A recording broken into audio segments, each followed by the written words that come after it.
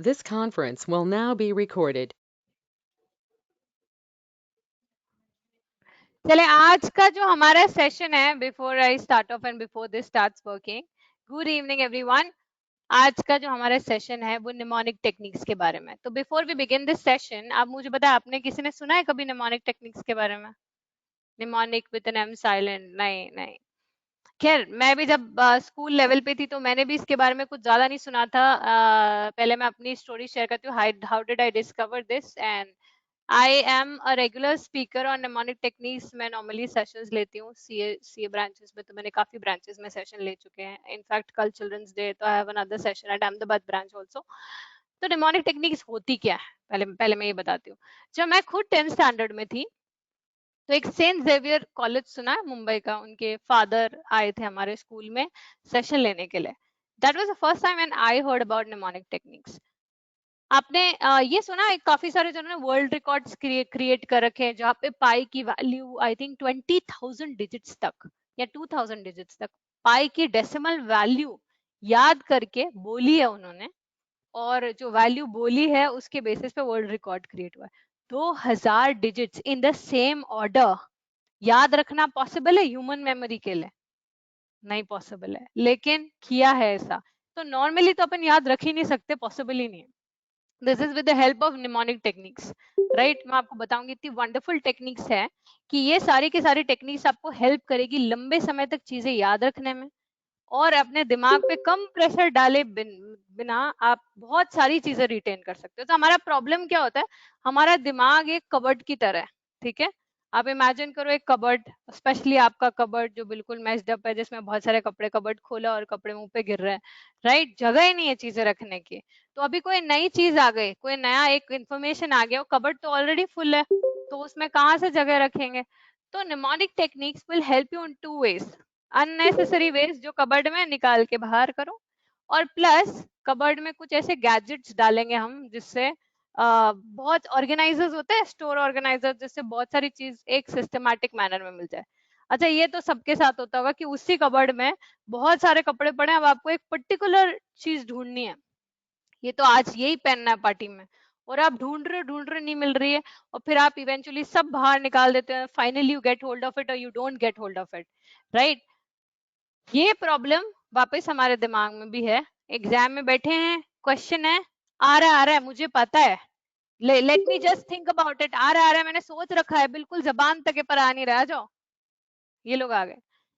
ये प्रॉब्लम इसलिए होता है बिकॉज आपका कवर्ड सिंक्रोनाइज नहीं है। So today we'll try to do some experiments, we'll try to use some techniques live, and I will try to help you memorise few things. Let's see if it works or not.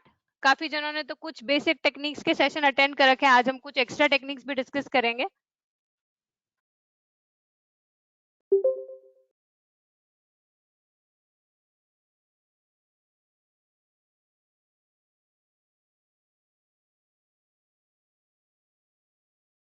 Done done, हमारा next week में ऊपर वाला hall भी खुल जाएगा, फिर we can sit at ease आराम से फॉर द सेशन, एंड जो ऑनलाइन आए हैं बहाना मार के वो भी लाइव आ सकते हैं।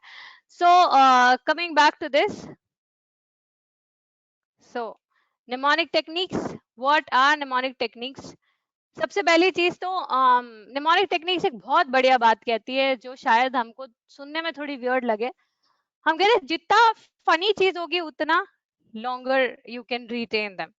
तो काफी जने होते हैं बड़े सीरियस होके किताबें पढ़ते हैं। मैं अपना जब मेरा एक्सपीरियंस बताऊं कि जब से मैंने निमोनिक टेक्निक्स यूज करना चालू की, स्पेशली मेरे को ध्यान है मेरा सीए इंटर का एग्जाम था और मैं तैयारी कर रही थी, मैं किताब खोल के बैठी थी, एक इंस्टेंस है, और मेरी सिस्टर्स मुझे ऑब्जर्व कर रही थी कि मैं हॉल में बैठी हुई थी किताब खोल के, और मैं पढ़ रही हूँ, मैं इतनी इंग्रॉस्ड हूँ किताब में कि मुझे नहीं रियलाइज हो रहा है कि ये दोनों मुझे देख रहे हैं, आई हैव टू सिस्टर्स, और मैं हंस रही हूँ किताब पढ़ के।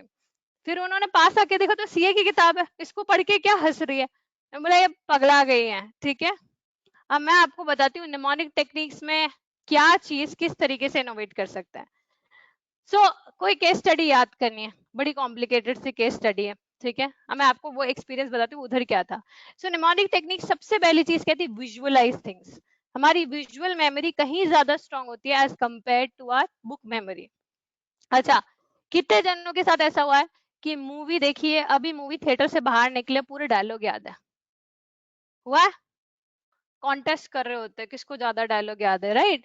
क्यों? क्योंकि तुमने वो देखा है, क्योंकि तुमने वो विजुअलाइज किया है, राइट? लेकिन अगर वही डायलॉग तुम्हें स्क्रिप्ट के फॉर्म में मिल गए, क्यों? इंग्लिश की बुक्स पढ़ते थे, इंग्लिश स्टोरीज होती थी, तो वहां पे भी तो आप चीजें विजुअलाइज कर सकते थे ना। नॉवल पढ़ो, नॉवल में तो कहानियां होती थी। इंग्लिश के एग्जाम में किसी को स्टोरीज याद रहती थी? नहीं याद रहती, क्यों? विजुअलाइज नहीं किया। अच्छा, कितने जनों की बेड टाइम रीडिंग की हैबिट है? एनीबडी? नहीं, बेड टाइम मोबाइल करने की हैबिट है, रीडिंग तो छोड़ दो। हाँ, मैं आपको सबसे पहली जो एक बेसिक टिप है, if you really want to increase your memory power and if you really want to be good at English also, क्योंकि अभी वो रिक्वायरमेंट हो चुकी है वर्ल्ड में सर्वाइव करने के लिए, तो कोई भी नॉवेल उठाएं, कोई भी इंटरेस्टिंग सी नॉवेल, स्टार्ट रीडिंग इट। क्या होता है, आपने जब रीडिंग करना चालू करोगे तो आपको बड़ी बोरिंग लगेगी, ठीक है? मेरे को भी बड़ी बोरिंग लगती थी, पर क्या, एक तो सिंधी, ऊपर से चार्टेड अकाउंटेंट तो खैर बाद में बनी, किसी ने बर्थडे पे बुक गिफ्ट कर दी। अब लगा कि यार, पढ़ी तो अपन ने भी कभी नहीं थी, तो अब लगा कि यार पढ़ लेते हैं यार, वेस्ट जाएगा। बड़ी महंगी किताब थी, पलट के देखो तो कुछ 750 की किताब थी। मैंने, कौन सी राइटर की किताब है 750 रुपए की? उस टाइम 750 की बहुत वैल्यू होती थी। तो मैंने कहा यार पढ़ ही लेते हैं, फिर बड़ा जोर लगा के पहले 20 पेज तक आए, 25 पेज तक आए, 50 पेज आते आते इंटरेस्ट आने लग गया। अब तो स्टोरी चालू हो गई थी, पहले 25 पेज तक तो इंट्रोडक्शन ही जा रहा था कैरेक्टर्स का, अब तो लगा खत्म करनी है। और जैसे जैसे पढ़ना चालू किया, लिटरली अपने खुद के कैरेक्टर्स बनने लगे। मतलब हीरो ऐसा बना जिसको मैंने इमेजिन किया, ऐसा कोई बंदा दिखता नहीं होगा, कोई लड़की ऐसी बनी, हीरोइन जो थी वो अलग दिखती थी। और फिर इवेंचुअली एक प्लॉट आया जहाँ पे कोई बड़ा मिसहैप हो गया, सो पीपल वर डाइंग, किसी को इंजरी हो गई। I was crying reading that novel, जैसे अपन पिक्चर की स्टोरी देख के हुए रोते हैं। सो वो उस समय रियलाइज हुआ, इमेजिनेशन स्किल डेवलप हो चुके हैं।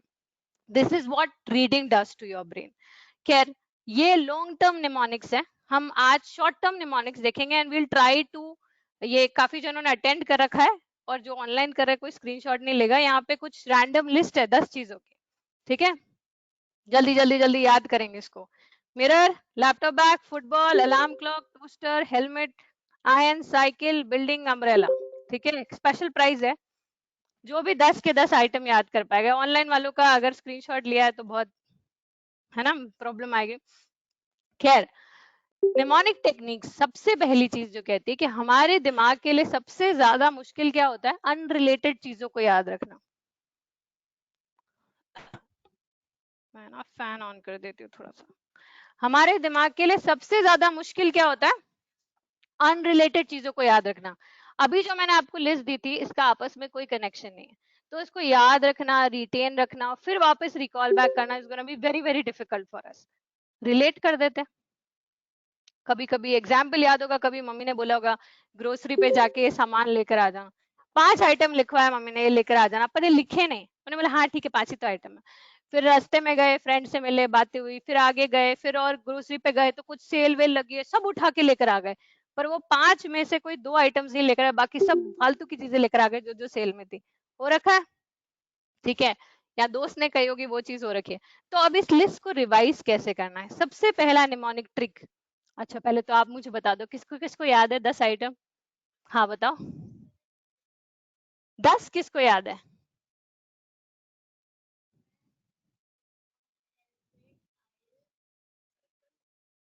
एक कंबाइन ग्रुप वर्क नहीं चल रहा है? फिर तो सब तीन तीन तीन तीन याद करके बता दोगे। हाँ, 5।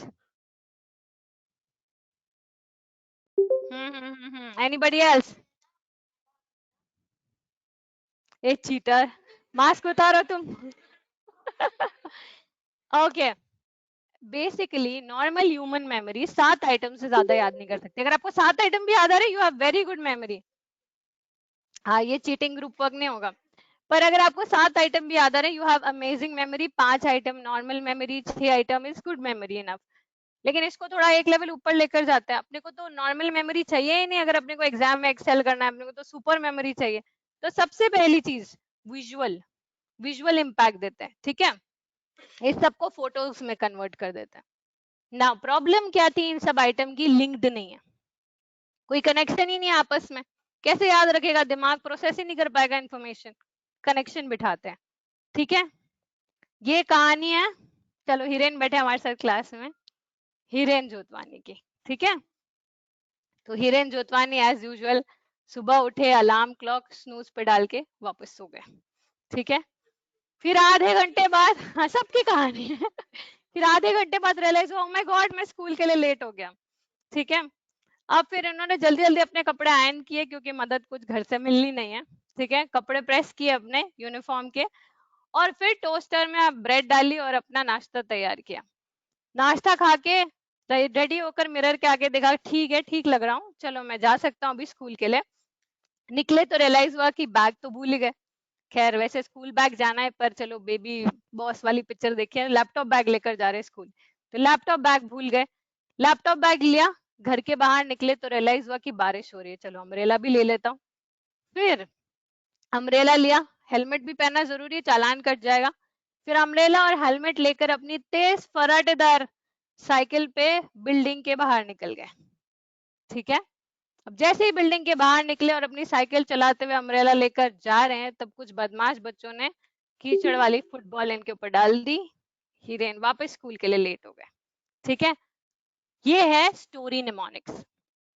पॉइंटर्स होते हैं बिजनेस स्टडीज के, कुछ पॉइंट्स होते हैं इकोनॉमिक्स के, एडवांटेजेस डिसएडवांटेजेस, बड़ा परेशान करते हैं क्योंकि 5-5 मार्क का क्वेश्चन आ गया, 10 एडवांटेज डिसएडवांटेज लिखनी है, याद ही नहीं आ रही है।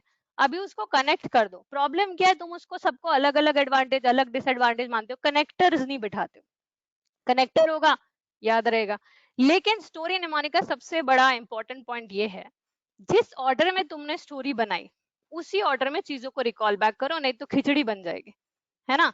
तो सबसे पहले क्या था, अलार्म क्लॉक। फिर क्या था, फिर क्या था, फिर क्या था, फिर फिर फिर बिल्डिंग, साइकिल।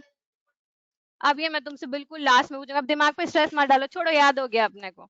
अगर तुम्हें वैसे ये आइटम्स 10 की जगह 5 याद हो रहे थे और सेशन एंड आते आते तुम्हें 2 या 3 आइटम याद रहते, अब तुम्हें 10 के 10 अभी याद रहेंगे, सेशन एंड आते आते शायद 8-9 याद रहे, कुछ जनों को 10 के 10 याद रहेंगे अगर स्टोरी ध्यान से सुनी, बीच में नींद नहीं निकाली तो। This is known as story mnemonics. सबसे बढ़िया चीज जो लंबी चीजों को, लंबी लिस्ट को और अनकनेक्टेड लिस्ट को याद रखने काम आएगी।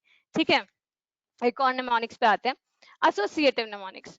अच्छा, ये कितने जनों के साथ प्रॉब्लम होती है, किसी शादी में गए, पार्टी में गए, कोई मिले अंकल आंटी, उनसे खूब देर तक बात कर ली, हाँ जी बिल्कुल बिल्कुल अच्छा चल रहा है, फिर जब वो चले गए तो पलट के मम्मी पापा से पूछे कौन थे ये, क्या नाम है इनका, सबके साथ हो रखा है, सबने कर रखा है। कर्टेसी कर्टेसी में सामने वाले से नहीं पूछ लिया, चलो अच्छा, नहीं तो इतनी देर बात करने के बाद बाय द वे लास्ट सवाल पूछना भूल गया, नाम क्या है आपका, नहीं किया ना ऐसा। ठीक है, पर नाम सब भूल जाते हैं, ये सबसे बड़ा प्रॉब्लम है। ठीक है, हम लोग के साथ तो ज्यादा प्रॉब्लम होता है, हम तो बच्चों के नाम भूल जाते, तो बच्चे माइंड कर लेते, अच्छा मैम आपको हमारा नाम याद नहीं है तो हम लोग के लिए और ज्यादा ये चीज हो जाती है कि याद रखना है, नाम याद रखना है। ओके, इसके लिए एसोसिएटिव निमोनिक्स यूज कर सकते हैं ना। एसोसिएटिव में क्या होता है, हम किसी से एसोसिएट करते हैं। ठीक है, जो ऑलरेडी तुम्हारी मेमोरी लॉग में चीज है उससे किसी नए आइटम को कनेक्ट कर दो। कनेक्टर्स, वापस ये भी कनेक्टर्स है, but you are connecting this to something you already know, तो आपको ज्यादा समय तक याद रहेगा। जैसे पहले मैं इस पे आ जाती हूँ। हाँ ये 2 जन है जिनको आप नहीं जानते, मेरे फ्रेंड्स हैं और इनको मैंने हर सेशन में इनकी फोटो यूज किया, मेरी बहुत पिटाई करेंगे। ये पहले जो जने हैं इनका नाम, हाँ क्या नाम है, वेरी गुड, अच्छा ये जानते हैं। ठीक है, जो पहले ये जो पहले हैं दोनों चार्टेड अकाउंटेंट्स हैं। जो पहला फोटो है वो भरत सर है, इनकी शक्ल ध्यान से देखिए। ठीक है, ध्यान से इनकी शक्ल देखिए, ऐसा लग रहा है कोई बहुत सीधा सा बच्चा है, भारत माता की सेवा में अपनी जिंदगी न्योछावर कर देगा, है ना। तो इसकी ये सोच कर इनकी मम्मी ने नाम इनका रख दिया होगा भरत। ठीक है, दूसरी फोटो देखिए, इनकी मूछों की तरफ ध्यान से देखिएगा, है ना, बड़े खुखार लग रहे हैं ऐसे लग रहा है किसी ने उनकी कुछ पिटाई विटाई कर दिया, कुछ बोल दिया तो सामने वाले को छोड़ेंगे नहीं, शांत नहीं रहेंगे। तो निशांत, नाम क्या है इनका, निशांत। ठीक है, the funnier the association is the longer you will remember. ठीक है, आपको ये नहीं पता, आप सबके नाम मैंने हीरो हीरोइन के नाम से एसोसिएट करके या किसी मूवी कैरेक्टर के नाम से एसोसिएट करके याद किए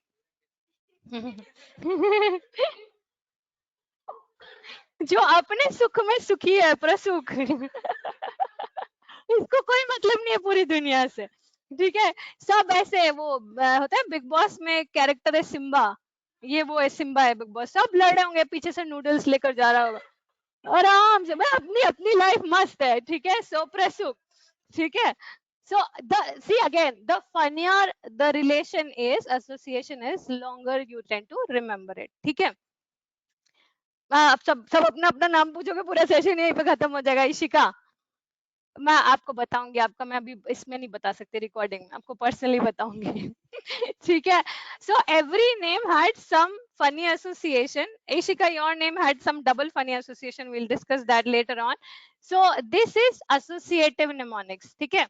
एसोसिएटिव निमोनिक्स में आप किसी को भी किसी से एसोसिएट करो, मैंने कहा मेमोरी लॉग में जो ऑलरेडी चीज है उससे एसोसिएट करो तो ज्यादा समय तक याद रहेगा।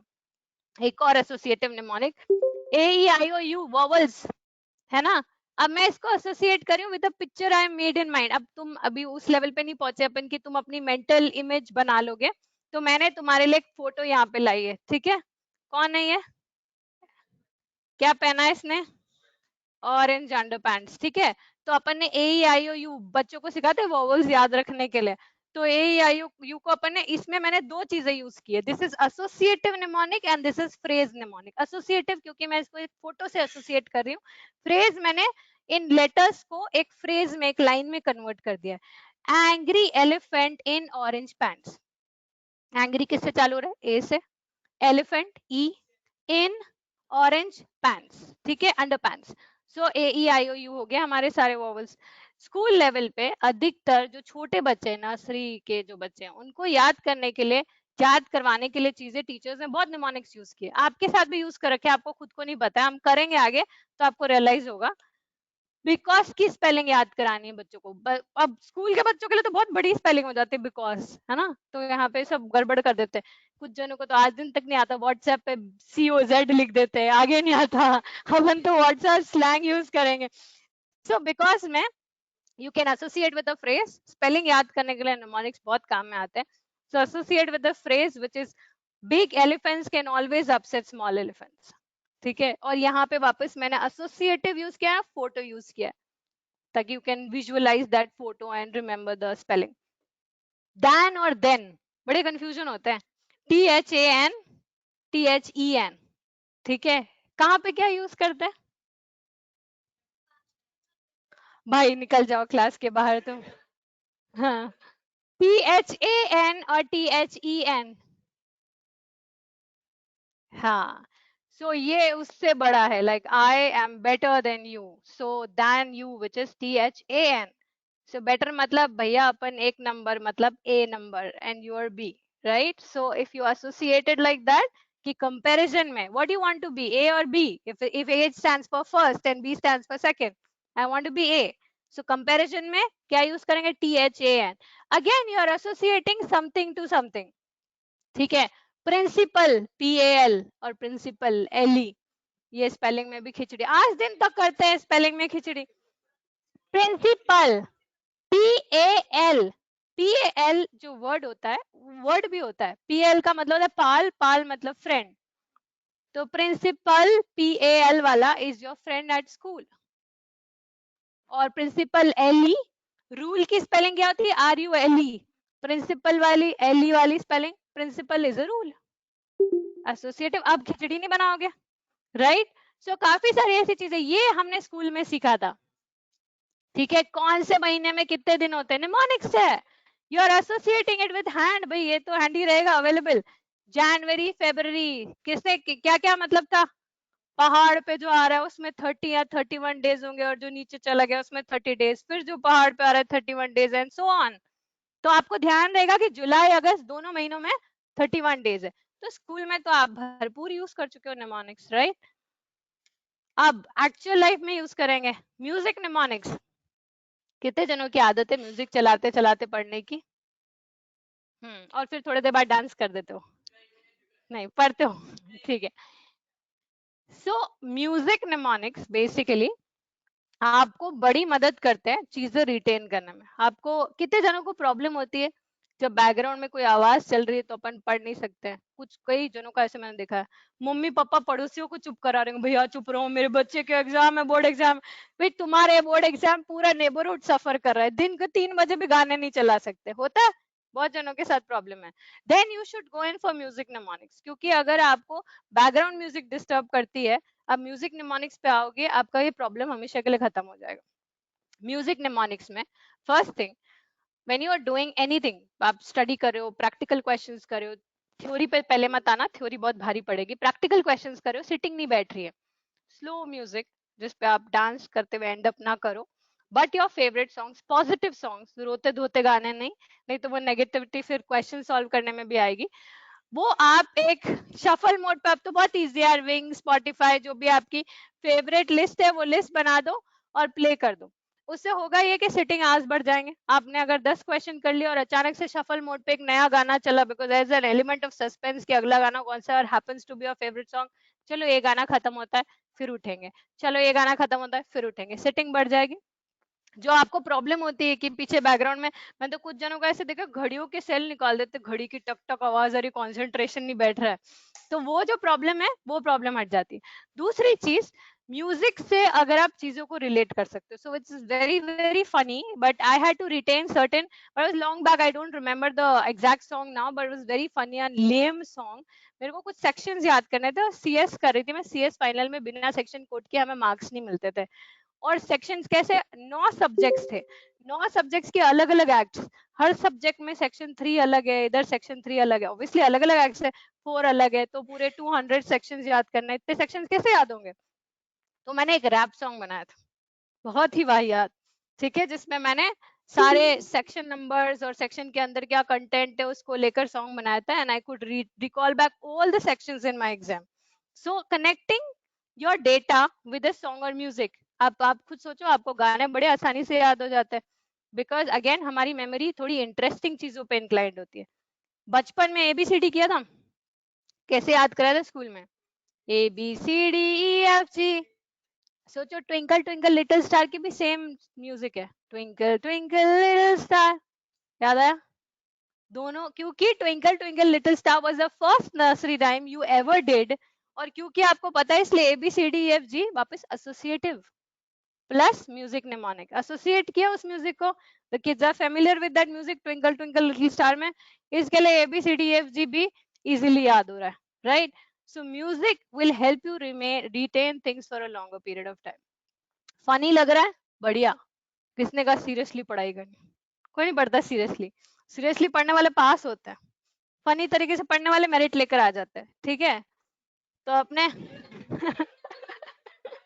हाँ मतलब ऐसे पढ़ना भी होता है, ऐसा नहीं कि पढ़ना ही नहीं है, ठीक है, लेकिन I never started seriously, frankly speaking, मेरा कभी ऐसा नहीं था कि मैं किताब, हाँ प्रेशर आता था एग्जाम के पहले, तब थोड़े सबके रोने निकल जाते हैं, लेवल डिपेंड करेगा कौन सा एग्जाम है, लेकिन ऐसा कभी नहीं था कि किताब खोलिए बड़ी सीरियस हो रहे हैं, मतलब कोई भी मुझे पढ़ते हुए देखेगा तो उसे लगेगा मजे आ रहे हैं इसको पढ़ने में, ठीक है। तो first thing, make your studies very very interesting, क्योंकि इंटरेस्टिंग चीजों के साथ हम टाइम ज्यादा स्पेंड कर सकते हैं, बोरिंग चीज बोरिंग लोगों के साथ टाइम स्पेंड नहीं कर सकते, ह्यूमन नेचर है। So let's make the book interesting. एक और निमोनिक है चंकिंग।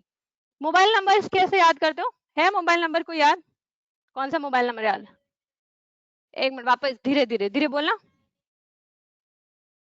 अब देखो इसने क्या किया, इस नंबर को 2 पार्ट्स में डिवाइड कर दिया, अगर आपने ध्यान से सुना हो तो 98280 पॉज 8443 फिर किया, एक साथ नंबर नहीं बोला। और किसी को नंबर याद है, कुछ बता रहे थे ऐसे,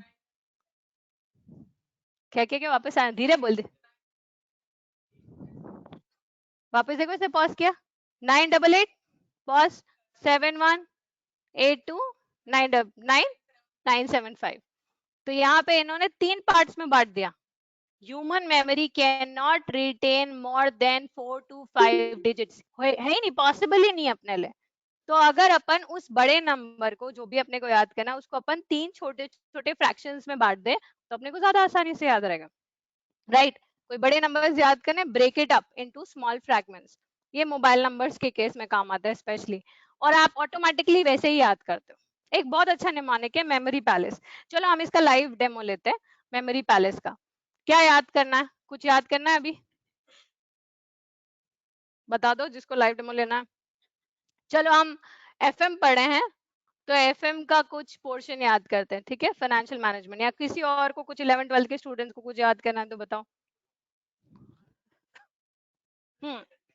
जो मैं पढ़ा रही हूँ वही बता सकती हूँ मैं, मुझे नहीं पता सिलेबस में क्या। हाँ ओके मैं तो पहले पूरा मेमोरी पैलेस से पूरा का पूरा एफएम एक बार रिकॉल बैक करवाती हूँ। देखो कई बार क्या होता है, पूरे सिलेबस की क्रक्स होना बहुत जरूरी होता है। तो अब मैं एफएम जितना बेसिक लैंग्वेज में बीटा वाला अपन अपनी क्लास में करेंगे, बट जितना बेसिक लैंग्वेज में मैं करा सकती हूँ वो कराती हूँ ताकि इनको भी समझ में आए।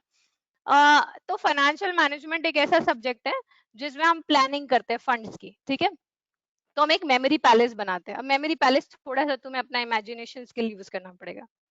बहुत बड़ा सा सुंदर सा पैलेस है। Listen to me carefully and imagine your palace, whatever colour का, बाद में कलर बताना पैलेस का। बहुत बड़ा सा सुंदर सा पैलेस है, ठीक है। उस पैलेस का एक बहुत बड़ा दरवाजा है, बाहर लिखा हुआ है financial management, welcome to financial management world. अच्छा ठीक है, चलो दरवाजा खोल के हम अंदर गए तो रूम 1 में गए। रूम 1 में कुछ लोग बैठे हुए, हमने दरवाजा खोला, हम अंदर गए। रूम 1 में लोग बड़ी बातें कर रहे हैं, और नहीं नहीं मैं बोल रहा हूँ ये प्रोजेक्ट करना चाहिए, दूसरा लड़ा, अरे नहीं मैं बोल रहा हूँ ये प्रोजेक्ट करना चाहिए। हम पीछे से आए, हम बोल रहे भैया कौन हो आप लोग। तो एक बंदा बोलता है मैं एनपीवी हूँ, नेट प्रेजेंट वैल्यू। दूसरा बोलता है मैं आईआरआर हूँ, मैं बोल रहा हूँ ये प्रोजेक्ट करो। तीसरा बोला मैं पे बैक मेथड हूँ, मैं बोल रहा हूँ ये प्रोजेक्ट करो। तो आपस में लड़े। तो हमने बोला भैया प्रोजेक्ट तो कर लेंगे हम, ये पैसा कहाँ से आएगा। बोले वो हमारा डिपार्टमेंट नहीं, हम खाली इन्वेस्टमेंट अप्रेजल वाला डिपार्टमेंट, बाजू वाले रूम में जाओ वहां पे इन्वेस्टमेंट अप्रेजल होगा। पहुंचे, पहले सोच के पहुंचे तो सरकारी दफ्तर निकल रहा है, तो बिग बॉस का हाउस जैसा लग रहा है, लड़े आपस में। चलो जाते आगे दूसरे रूम में गए। दूसरे रूम के बाहर लिखा हुआ है फंड रेजर रूम। अंदर घुसे, ठीक है। अंदर घुसे तो एक जना कुर्सी पे बड़ा बैठा है, बड़ा लाड साहब बन के, वो बोल रहा है मेरी चलेगी, जो मैं बोल रहा हूँ वही करना पड़ेगा सबको। दूसरा एक बंदा बैठा है, आप पहले आप मेरा चार्ज का पेपर निकालो, वापस यहाँ पे भी लड़ाई चल रही है। जो बोल रहा है मेरी चलेगी वो इक्विटी शेयर होल्डर है, कि मैंने कंपनी ओन कर रखी है मेरी चलेगी। दूसरा बंदा जो बैठा है, पहले मेरा पेपर निकालो बाद में आपकी बात मानूंगा, डेट होल्डर है, फंड रेजिंग के तरीके यहाँ पे, ठीक है। तीसरा बंदा जो बैठा हुआ है वहां पे बोल रहा है मेरी तो कोई सुन ही नहीं रहा है यार, कोई भी नहीं सुन रहा है, प्रेफरेंस शेयर होल्डर है, ठीक है। हमने कहा ठीक है यार, पैसा यहाँ से रेस करना है। पैसा जाएगा कहाँ, तीसरे रूम में जाते हैं। तीसरे रूम में आपका बहुत सारा सामान पड़ा है, इतनी सारी इन्वेंट्री है, पूछे ऊपर से डब्बे गिर रहे हैं। वहां पे लिखा हुआ है इन्वेंट्री, और इन्वेंट्री मैनेजर आराम से बैठा हुआ है, एक आध डब्बे गिरे तो साइड में कर दे रहा है, बोल रहा है इन्वेंट्री संभालता हूँ मैं। दूसरा बंदा है, सबको फोन करा है, यार पैसे दे दो प्लीज, पैसे दे दो, रिसीवेबल मैनेजर है। तीसरा बंदा, उसको लोग फोन कर रहे हैं कि तुम पैसे दो, बोला आज सर पैसे नहीं, अपने पास पेबल मैनेजर है, राइट। सो ये अभी ये चलता जा सकता है पूरे सिलेबस को कवर करता हुआ example, but now you created some palace with the rooms. और अब आपके पास क्वेश्चन आता है एग्जाम में, आपको एग्जैक्टली पता है कौन से रूम में जाना है, कौन सा टॉपिक उठाना है, क्या करना है। सबसे बड़ा प्रॉब्लम एग्जाम में होता है, कई बार क्वेश्चन आता है पता ही नहीं कौन से चैप्टर का, कुछ भी मन से लिख कर आ जाते हैं, जो नहीं करना है। किताब दी है तो किताब को यूज करना है। So memory palace is one good way of retaining the entire curriculum. पूरा का पूरा सिलेबस आपको याद रखना है, मेमोरी पैलेस यूज कर सकते हो, right. This is one beautiful mnemonics. धीरे धीरे आप इसके ऊपर मास्टरी करते हो, like you imagine your house, imagine the room, what ever you want, और धीरे धीरे आप लोगों को कैरेक्टर्स को बिल्डअप करते हो, आपके फॉर्मूलेस कैरेक्टर्स हो जाते हैं। बीटा का भी फॉर्मूला हम कैरेक्टर्स के थ्रू याद कर सकते हैं, अपन एफएम की क्लास में करेंगे, but this is one beautiful mnemonic. तो जब मैं कम टाइम में थोड़ा सा फनी चीजों को इमेजिन करते हुए, टाइम इन्वेस्ट करते हुए चीजों को याद कर सकती, तो रट्टा क्यों मारना है, क्यों मेहनत करनी है इतनी, है ना। एक्सप्रेशन निमोनिक, ये तो मैंने खैर आपको एग्जाम्पल दिया ही है, बट काफी जनों को आज दिन तक नहीं पता कि प्लैनेट्स का ऑर्डर क्या है, ठीक है। मर्क्यूरी, वीनस, अर्थ, मार्स, तो इसका हमने एक्सप्रेशन बना दिया।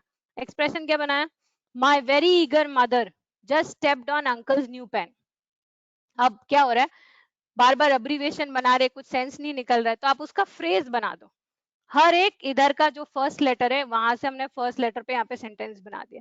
शायद ये बनाने में आपको 15 मिनट लग जाए, 20 मिनट लग जाए, इंटरेस्टिंग बनाने में 30 मिनट लग जाए, पर इसके बाद जिंदगी भर नहीं भूलोगे।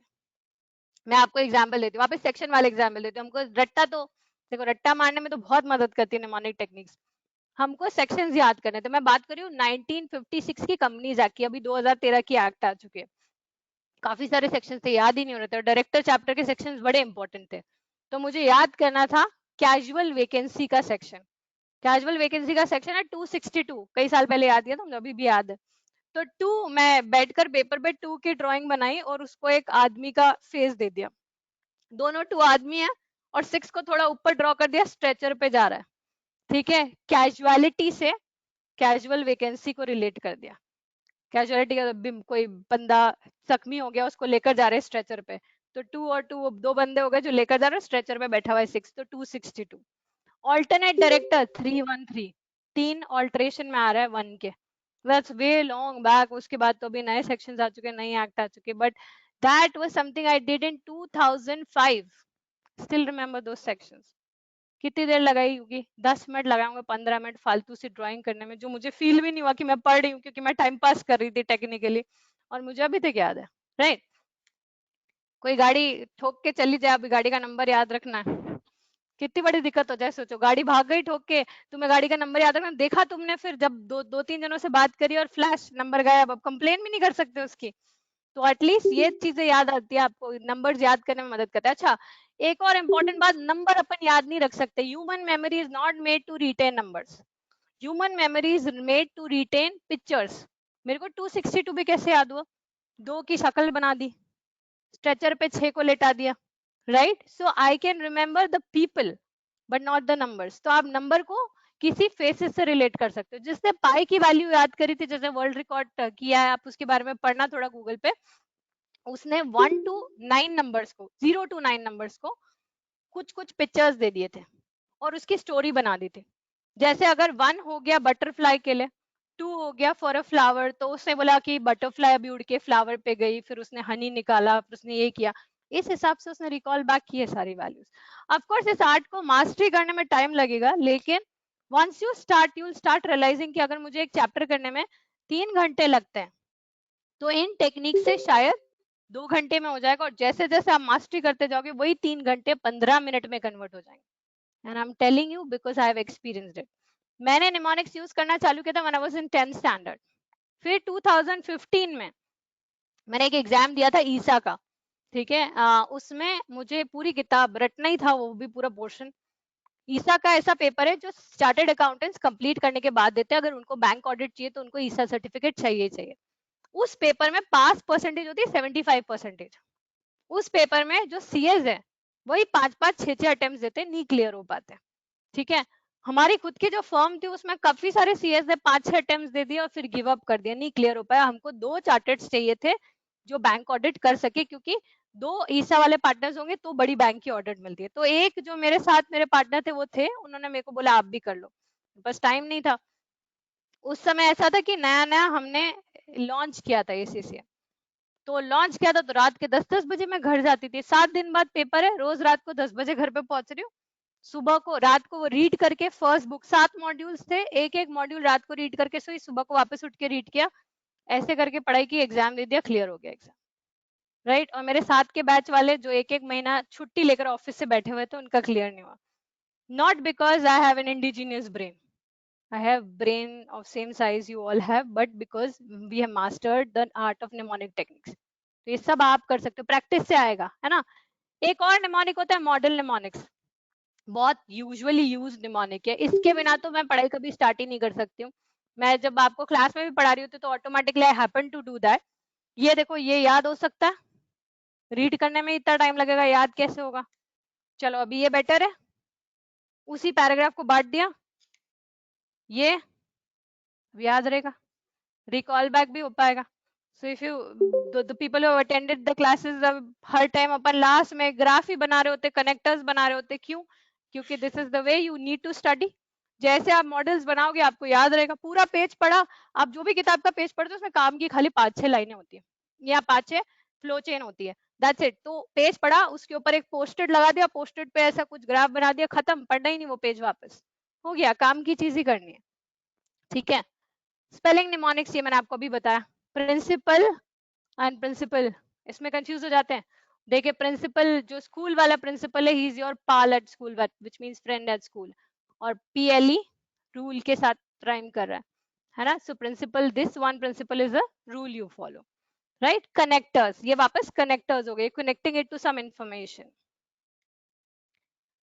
एक बहुत इंटरेस्टिंग निमोनिक है जो मैंने बहुत ज्यादा यूज किया है. Will come on to this but first will finish up that mnemonic which is sleep mnemonics. ठीक है. आप में से कितने जनों के साथ ऐसा होता है कि लास्ट जो भी करके सोते हैं वो सपने में आ रहा है, किसी से लास्ट आर्ग्यूमेंट हो गई, सबके साथ होता है. तो टेक्निकली आप ब्रेन विल नेवर स्लीप, हमारा दिमाग नहीं सोता कभी भी, मेंटली एक्टिव रहते हैं हम, है ना. सोते समय भी हम वही सोच रहे हैं. तो अगर मैं 8 घंटे जो मेरा ब्रेन कुछ फालतू सी चीज प्रोसेस कर रहा है, क्या अगर मैं उसे कुछ काम की चीज प्रोसेस करवाऊं, राइट. और मुझे पता है कि जो मैं लास्ट सबसे ज्यादा सोच के सोई होंगी वही मेरा दिमाग सोचेगा, राइट. तो मैं I can compel my brain to do that. अच्छा, आप में से कितने जनों को पता नहीं किसी के घर में कोई एल्डर्स वगैरह है वो बोलते हैं तकिए को बोल के सो जा, सुबह को 5 बजे उठना है, तो करते हैं? करते हैं, सब करते हो यार, बढ़िया. हाँ, मुझे बड़ी फनी लगती थी ये बात. बोले तकिया कैसे उठाएगा, मुझे नॉन लिविंग थिंग है, आपको साइंस नहीं पता है. बट हमें नहीं पता कि हमारे बड़ों को हमसे ज्यादा साइंस पता है ना. तकिया नॉन लिविंग है, तुम तकिए को बोल के सो रहे हो, एक्चुअली तुम खुद को रिमाइंडर कॉल देकर सो रहे हो. And your brain has so much power. अगर आपने ये टेक्निक ट्राई की हो कि रात को तकिए को बोल के सो जाओ, सुबह को 5 बजे उठना है, घड़ी की तरफ देखकर सोना, तो घड़ी 12 बज रही है और तुमने तकिए को बोला मुझे 5 बजे उठा देना, तुम्हारे दिमाग ने प्रोसेस कर लिया 5 घंटे में उठना है, तुम्हारे दिमाग ने सोते सोते कैलकुलेट कर लिया कि भैया 5 घंटे हो गए, उठ जा, और तुम उठ गए. Such wonderful power your brain has. चल रहा है, मतलब बढ़िया चल रहा है दिमाग. तो अगर इतना बढ़िया चल रहा है तो उसको और बढ़िया चलाए. सोचो, इतना कैलकुलेट कर लिया उसने. तो अगर तुम रात को सोते समय वो पढ़ो या वो चीज करो जो तुम्हें 8 घंटे प्रोसेसिंग में डालनी है, तो सुबह तक उठते उठते काम हो जाएगा. ये जो मैं ईसा का एग्जाम बोल रही हूँ जहाँ पे मैं रात को 10 बजे आ रही थी, उस समय मैंने स्लीप निमोनिक्स यूज किए थे. तो मैं क्या करती थी, रात को सोने से पहले पूरा वो मॉड्यूल रीड कर लेती थी. ठीक है, मॉड्यूल रीड कर लिया. रीड करने के बाद कुछ भी नहीं, मोबाइल नहीं, टीवी नहीं, कुछ नहीं, just go to sleep directly, किसी से कम्युनिकेशन भी नहीं, सबसे बात कर ली, बाय कह दिया, गुड नाइट कह दिया, रूम में आ गए, अब पढ़ा और सो जाओ. सुबह को जब उठोगे तो वापस वही चीज जो तुमने रात को रीड की थी एक और बार पढ़ लो, right. And you will find everything very very familiar, क्योंकि 8 घंटा या 7 घंटा जितने घंटे आप सोए, आपका ब्रेन वही प्रोसेस कर रहा था. आपने ब्रेन को कंपेल किया, राइट, कि वही प्रोसेस करे, और सुबह तक आपको वही चीज याद हो गई. तो मतलब अगर वैसे वो चैप्टर याद करने में आपको 2 घंटे लगते तो भी 15 मिनट में हो गया वो चैप्टर. और मैंने फिर 10th स्टैंडर्ड से ये टेक्निक अडॉप्ट करना चालू की थी. ऑफकोर्स 7 मॉड्यूल 7 दिन में करना is a very very big task, लेकिन वो मैं उतने सालों से प्रैक्टिस कर रही थी, तो आप, मैंने कहा प्रैक्टिस करोगे आप टेक्निक के मास्टर बन जाओगे. लेकिन 10th स्टैंडर्ड के बाद मैंने रूल बना दिया था कि थ्योरी पेपर तो उठाना ही नहीं है. थ्योरी पेपर अगर मेरे को कल कोई थ्योरी चैप्टर करना है तो मैंने कल नहीं उठाना है, आज रात को सोने से पहले उसको रीड करके सोना है, फिर सुबह में उसको दोबारा रीड करना है, फिर पढ़ना चालू करो उसको. क्योंकि मुझे पता है कि मेरे 2 घंटे सीधा 15 मिनट के स्लॉट में आ जाएंगे, राइट. जब इतना बड़ा डिफरेंस हो रहा है तो मैं टाइम क्यों वेस्ट करूं. Okay. Smart work is the key to success, not hard work. मेहनत तो गधे भी करते हैं, सबसे ज्यादा मेहनत तो वही करते हैं. फिर तो वो क्यों नहीं उतने रिस्पेक्टेड होता है. Smart work is something which is very very important. अपनी एफर्ट्स कहाँ डालनी है, रेस में किस तरह भागना है. और ऐसा कुछ भी नहीं है कि 12 घंटे, अभी से बच्चे आके बोलते हैं बताओ मैम ये प्रोफेशनल पेपर करने के लिए दिन में 12 घंटे देने, 14 घंटे देने. भैया 12 घंटे 14 घंटे नहीं देना है. तुम 14 घंटे किताब खोल के बैठे और देख रहे हो छत पे कौन कपड़े सुखा रहा है, पड़ोस वाली आंटी अंकल को कैसे मार रही है, कैसे बेलन उड़ के बाहर बालकनी से जा रहा है. It makes no sense. इससे बढ़िया दिन में 5 घंटे अगर मैंने कॉन्सेंट्रेशन से वो किताब पढ़ ली जो मैं पढ़ी हूँ, इतनी कंसंट्रेशन से कि पास में कोई आके मेरे ढोल नगाड़े बजा रहा है, मेरे को फर्क नहीं पड़ा, I am into that book. That 5 hours or that 3 hours for that matter is much more fruitful than 14 hours. लेकिन कंसंट्रेशन लेवल पे कैसे जाना है, ये टेक्निक्स यूज करके, धीरे धीरे ब्रेन को ट्रेन करके, और अपनी पढ़ाई को इंटरेस्टिंग बना के. जैसे जैसे मजा आएगा ना किताब पढ़ने में, तुम अपने कैरेक्टर्स इमेजिन करो. सोचो अब तुम किताब खोल के बैठे हो और किताब में लाइनें नहीं पढ़ रहे हो, अब तुम कैरेक्टर्स इमेजिन करो कि ये एक कैरेक्टर हो गया. मैंने अपनी बुक के क्या पढ़े हो अभी, तुम्हारा क्या कॉम्प्लिकेटेड टॉपिक है 11th 12th, कुछ कॉम्प्लिकेटेड टॉपिक नहीं. नहीं कुछ कॉम्प्लिकेटेड नहीं है, सब बढ़िया चल रहा है. तो अगर तुम डिमांड सप्लाई की बात कर रहे हो, प्राइसिंग स्ट्रेटेजीज की बात कर रहे हो, या फॉर दैट मैटर अकाउंट्स में कंपनीज एक्ट, कंपनी अकाउंट्स जो है उसने बड़ी प्रेशर पॉइंट दे रखा है क्या एंट्रीज हो रही है, कुछ भी कहीं से भी बड़ा है घट रहा है. So if you imagine those people as characters giving you advices कि ऐसे करना है वैसे करना है, आपके लिए चीजें रिटेन करना बहुत आसान हो जाएगा, राइट. सो सबसे पहली चीज तो एक बहुत बहुत बड़ी प्रॉब्लम और हिंड्रेंस हो जाती है हमारी मेमोरी ब्लॉक में, जब हमको लगता है कि हमें धक्का मारा गया है ये करने के लिए. ठीक है, तो अभी जितने जाने 11th 12th में तो तुम्हें धक्का ही मारा गया, तुम्हारी मजबूरी है, बिकॉज लिटरेट वाली डेफिनेशन में आने के लिए तुम्हें वो तो करना पड़ेगा. लेकिन कॉमर्स सब्जेक्ट अपनी मर्जी से लिया था, सेलेक्ट अपनी मर्जी से किया था, किसी ने प्रोफेशनल फील्ड चूज करी अपनी मर्जी से की थी. तो फर्स्ट थिंग, जब भी किताब उठा के बैठो, सबसे पहली चीज ये समझो कि मैं ये कर रहा हूँ या कर रही हूँ क्योंकि मुझे करना है, because I want to do it. There is nothing like destination. You just have to enjoy the journey. So you're just going through a journey right now. पता है इंसान की फितरत क्या है, प्रॉब्लम ये है, सब चीज हो जाती है फिर बोलते हैं यार स्कूल डेज बहुत बढ़िया थे. तब स्कूल में तो गालियां दे रहे थे टीचर्स को और बोल रहे थे कब स्कूल से निकलेंगे, तब वही आज स्कूल है तो वेट करे कॉलेज कब चले जाए. फिर कॉलेज में आ गए अब तो खुश रहो, नहीं नहीं स्कूल डेज बढ़िया थे. फिर कॉलेज में आके बोले बड़े हो जाएंगे खुद कमाएंगे तब देखेंगे, फिर खुद कमाने लग जाएगा, कॉलेज डेज बढ़िया थे. फिर वेट कर रहे शादी हो जाए फैमिली सेटल, अरे बैचलर लाइफ अच्छी थी. कब मतलब कब? So the moment you start being into that scene, into that situation, start enjoying it. मेरे स्कूल डेज बहुत बढ़िया थे, मेरे कॉलेज डेज बहुत बढ़िया थे, मेरा अभी भी बहुत बढ़िया चल रहा है. So I am just enjoying the journey, right. जैसे इंटरेस्ट आएगा ना, पढ़ाई करने में मजा आने लग जाएगा, तो याद वैसे ही रहेंगी लंबी चीजें. प्रॉब्लम क्या है ना, अभी जिस किताब के साथ हम बैठे हम उसको पार्ट टाइम कोस रहे हैं. नालायक किताब है, इतनी बेकार किताब है, किस राइटर ने लिख दिया, इस चैप्टर की जरूरत क्या है, आया क्यों ये चैप्टर. अब इतनी हेटरेट करोगे तो याद कैसे रखोगे. फैमिली में कुछ लोग हैं जो आपको याद आते हैं जब आप कोई छुट्टी पे जाते हो, तो शॉपिंग कर रहे हो तो अचानक से कुछ लोगों की शक्लें सामने आ जाती है, ये इसको अच्छा लगेगा, ये इसको अच्छा लगेगा. अब बताओ, वो फूफा जी या वो ताई जी या वो चाची जी जिन्होंने तुमको बहुत क्रिटिसाइज कर रखा है सारे घर वालों के सामने, वो कभी याद आए तुम्हें? कभी तुम्हारे दिमाग में स्ट्राइक भी किया उनके लिए गिफ्ट लेना है? नहीं, because you are not in love with them. So start loving your books, because entire future is dependent on this. यहाँ से तुम्हारी आने वाली सारी जिंदगी, तुम कितना कमाओगे, किस लाइफस्टाइल में रहोगे, किस तरीके से रहोगे, सब यहाँ पर डिपेंड करेगा. जब इतना बड़ा कुछ हो रहा है, जो मेरे 3 साल इतने क्रूशल है कि आने वाले मेरे 40-50 साल, और अगर मेरे हेल्थ पे ध्यान दिया तो 60-70 साल जो भी है वो डिफाइन करे, तो यार थोड़ी एफर्ट तो लगा ही सकते हैं इसके लिए, है ना. So first thing, start loving your books, stop feeling the pressure. कोई फर्क नहीं पड़ा. देखो फ्रैंकली बताओ तो फेल भी हो जाते, कोई फर्क नहीं पड़ता. और जिस दिन फेल होने का डर निकल जाता है ना दिमाग से, उस दिन फेल होना ही बंद हो जाओगे, right. The people who fail are the people who are scared of failures. The people who are not scared of failures, भैया मेरे को तो मेरा 100% करना, आगे देखेंगे जो होगा. जो ये एटीट्यूड लेकर चलते हैं वो कभी अपनी लाइफ में फेल नहीं होता. And I am telling you this because I have seen that contrast in my own life. मैं CS दोनों दे रही थी. सीए फाउंडेशन मेरा पहला प्रोफेशनल पेपर था, उसके 1.5 महीने बाद मेरा CS का पेपर होना था फाउंडेशन का. बहुत प्रेशर लिया सबने, इतना डीप फ्राई कर दिया बोल बोल के, और ये बहुत टफ होते प्रोफेशनल पेपर होते, कहाँ सीए में घुस गई, पास ही नहीं होते. सुन सुन के, एक तो पास आस पड़ोस की नेगेटिव एनर्जीज को कट डाउन करना जरूरी है. सुन सुन के मैंने कहा ठीक है यार, होगा ही नहीं ये पेपर तो कैसे होगा. और मेरे को ध्यान है मैं जब सीए का पहला पेपर लिख रही थी, मैंने काफी जनों को बताया मेरा पेन कांप रहा था, to that extend I had to hold my hand for 5 minutes, क्या रुक जाए, लिखना तो चालू कर, 5 मिनट निकल गए एग्जाम के. बहुत प्रेशर लिया उस पेपर में. मेरे को सब कुछ आता था उस पेपर में, everything. I could have scored 100 in every paper. मैंने इतनी तैयारी की थी, 1 साल से तैयारी की थी मेरिट की. आए मार्क्स, ठीक है, ओके आए मार्क्स. मैं लास्ट पेपर में बीमार भी हो गई, इतना प्रेशर ले लिया, हॉस्पिटलाइज हो गई, 10 दिन 15 दिन हॉस्पिटल में थी. सीए का आखिरी पेपर भी मैंने ऐसे लिखा बस पेपर खत्म हो जाए मैं भागू हॉस्पिटल के लिए, इतना प्रेशर ले लिया. 20th रैंक आया मेरा सीए में, क्योंकि मैंने पढ़ा था, पर प्रेशर ने मेरा परफॉर्मेंस रिड्यूस कर दिया. 15 दिन हॉस्पिटल में, 15 kg down.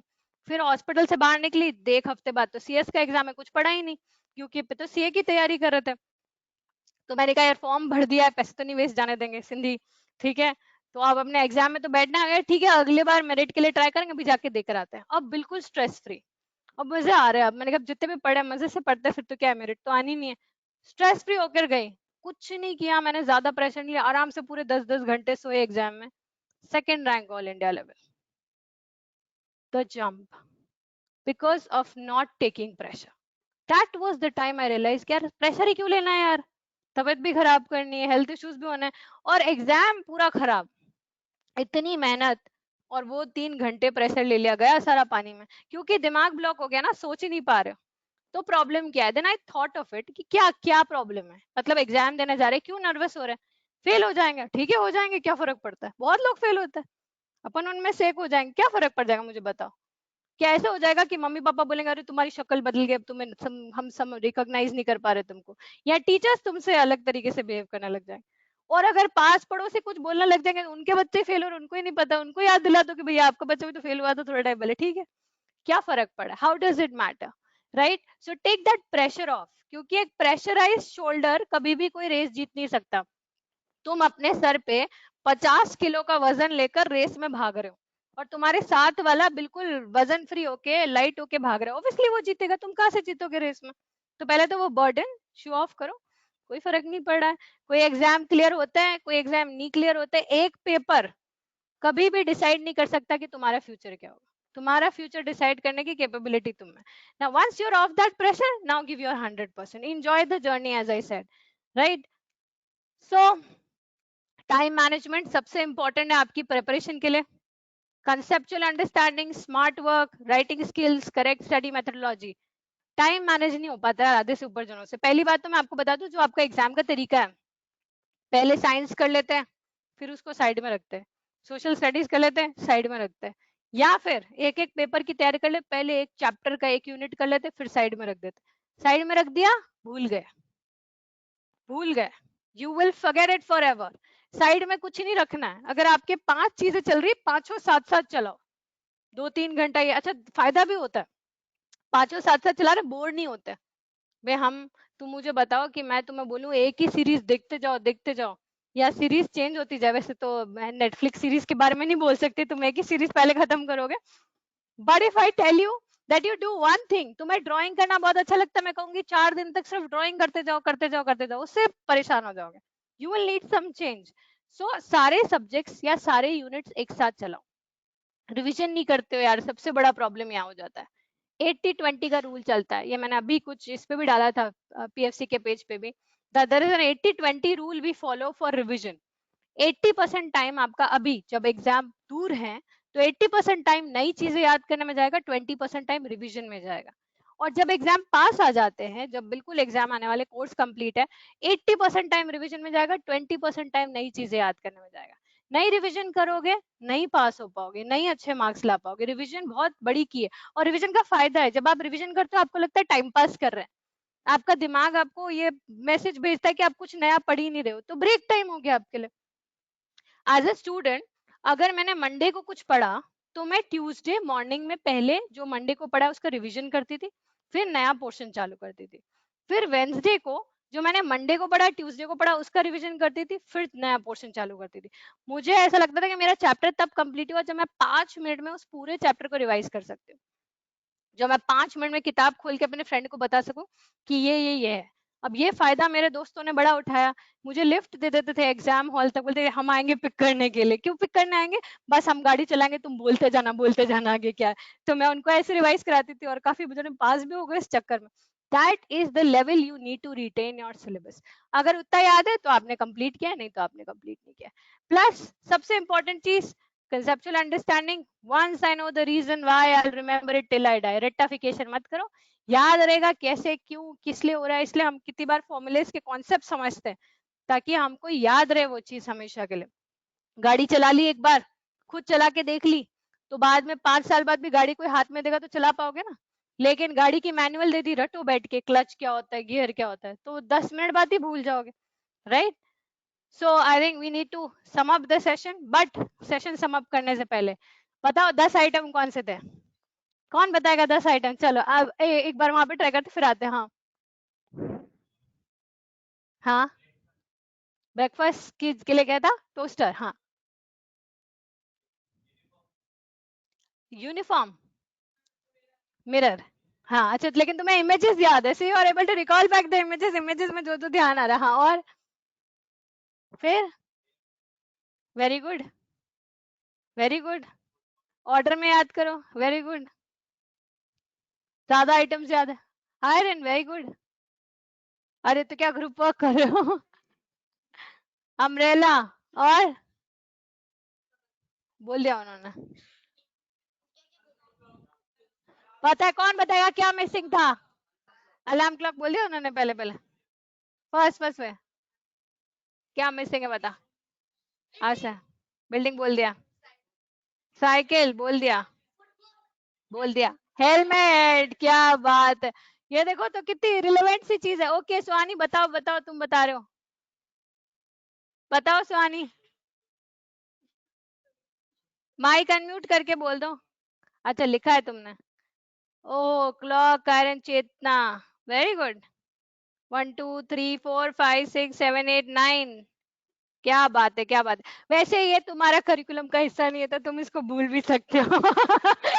But okay, but coming back to this part, अच्छा नाम बताओ, नाम याद है दोनों के? कौन से? क्या मेमोरी हो गई भाई साहब, तुम्हारे काम की चीजें नहीं वो याद करो। तो अब इस चीज को थोड़ा काम पे लगाओ। अब इन टेक्निक्स को, जो टेक्निक्स अच्छी लग रही है, अच्छा you can look for it on internet, Google कर सकते हो। निमोनिक्स, निमोनिक्स की स्पेलिंग में एम साइलेंट होता है।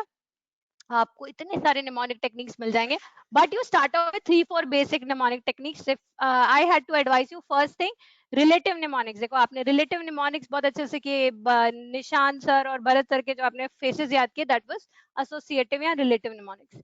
दूसरा स्टोरी निमोनिक्स बड़ा काम आएगा, जो आपने वो एग्जाम्पल किया। तीसरा चीज जो आपके बड़ा काम आएगा, स्लीप निमोनिक्स, जो मैंने आपको बोला कि थ्योरी पेपर करना है तो रात को रीड करके सो एंड सुबह को उठ के वापस उसको एक बार रीड करना है। So let's try all these mnemonics, है ना।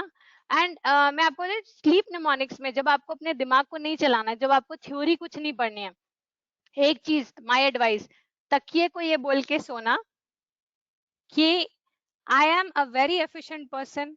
I know my way. I know how to create my life, and then sleep. तो 8 घंटे, let your brain process some positivity.